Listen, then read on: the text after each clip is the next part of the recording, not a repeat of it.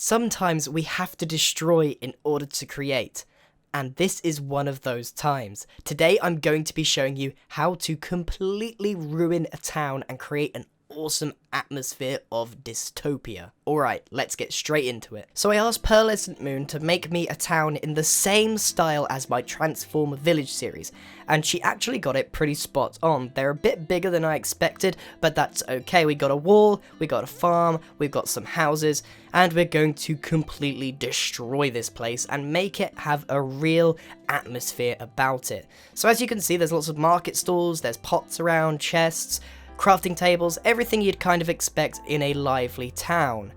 So the first thing that we need to do is actually start breaking the buildings. Knocking out the top corners, especially right where the roof is, really accentuates the point that it's sort of drooping down, so creating these big holes here is pretty much the crux of how you ruin each build. But it's like an organized mess. Some people say, oh, why don't you use TNT? Well, TNT is not controlled as much as you would hope.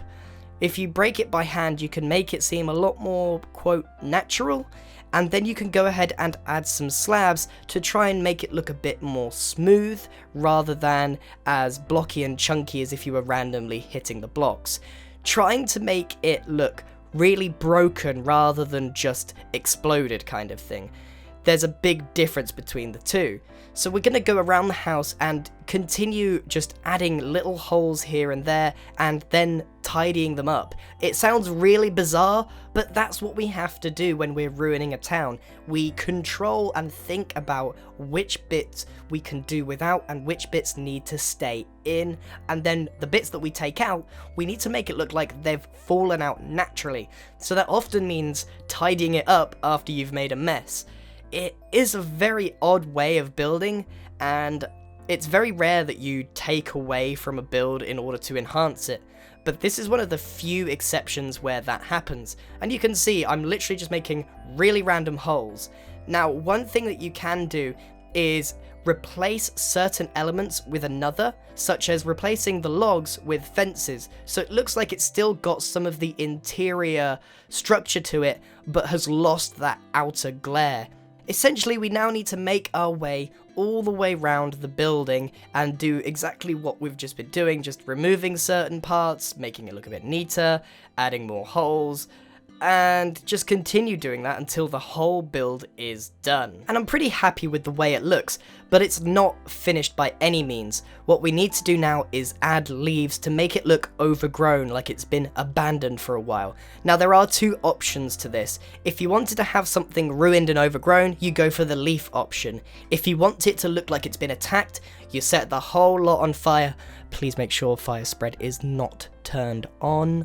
And you can go ahead and blacken it up by adding some coal blocks and some coal ore, that kind of thing, to make it look like it's actually been singed. But I prefer to go for the ruined kind of thing, where it's just been abandoned, weather has taken its toll, and the best way to demonstrate that is just having nature take over the town.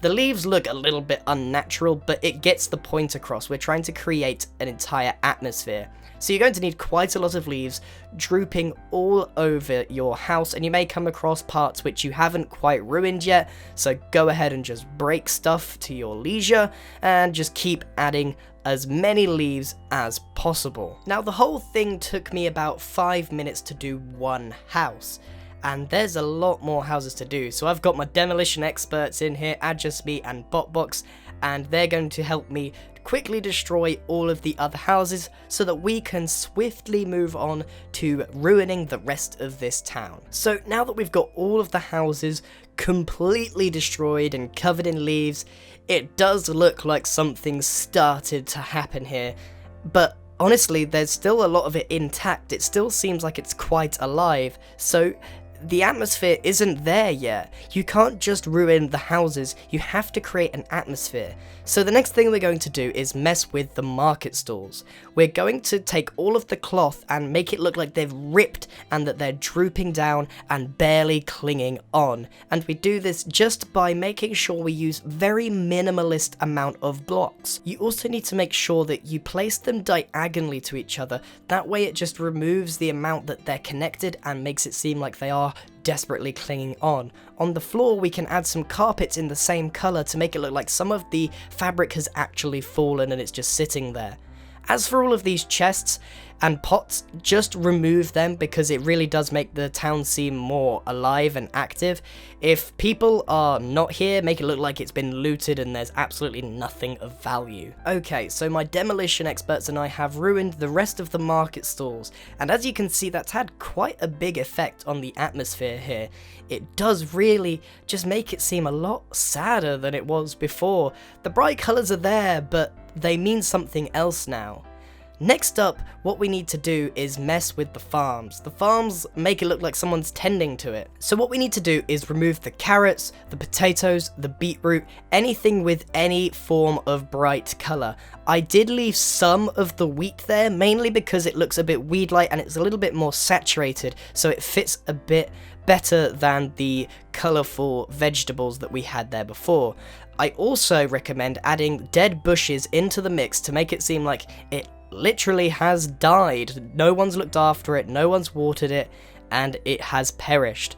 This adds a great effect. You could also add some green carpet in there as well, and this just makes it look like moss and that weeds are growing there, nothing of worth. Changing all of the farms to look like this is painstakingly long, but once you've done it, the effect really is quite nice. Around the farm we often have these fences. Breaking these down and adding some slabs in their place is a great way to make it seem even more broken and untended to. So after a long time of re-gardening, we now have absolutely no farms left. There's the odd bit of wheat, but for the most part it looks really bad. So now we need to do the same thing to the walls that we did to the houses. We're going to knock out large chunks of it, but leave some of it standing so at least you know it was there.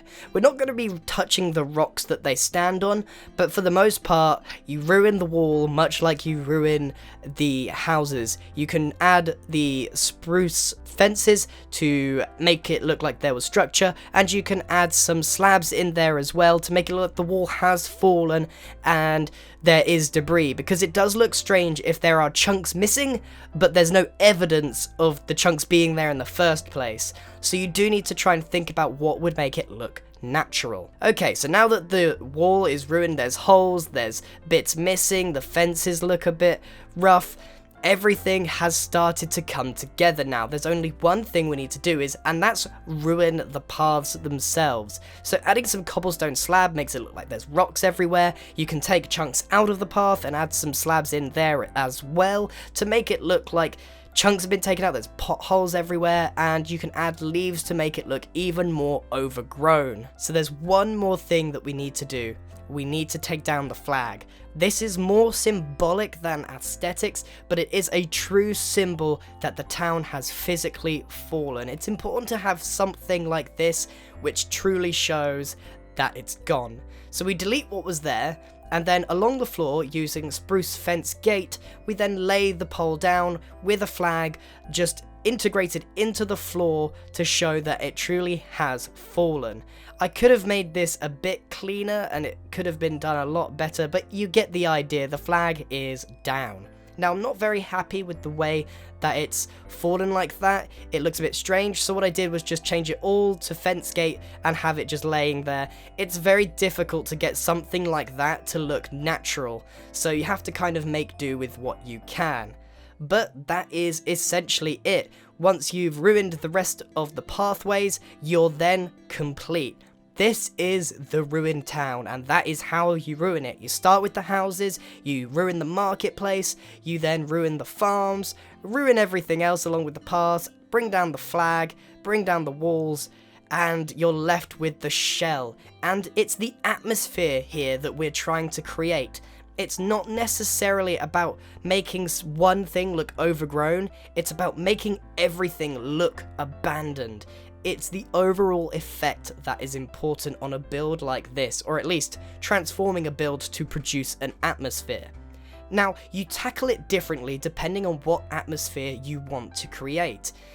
So, like I said, if you wanted it to look attacked, this doesn't particularly look like it's been attacked, it looks like it's had some downfall or something. You'd maybe go for the fire route or something like that. Anyway, that's it for this video. That's how you ruin a town. I hope you've enjoyed it. Thank you very much for watching. Goodbye!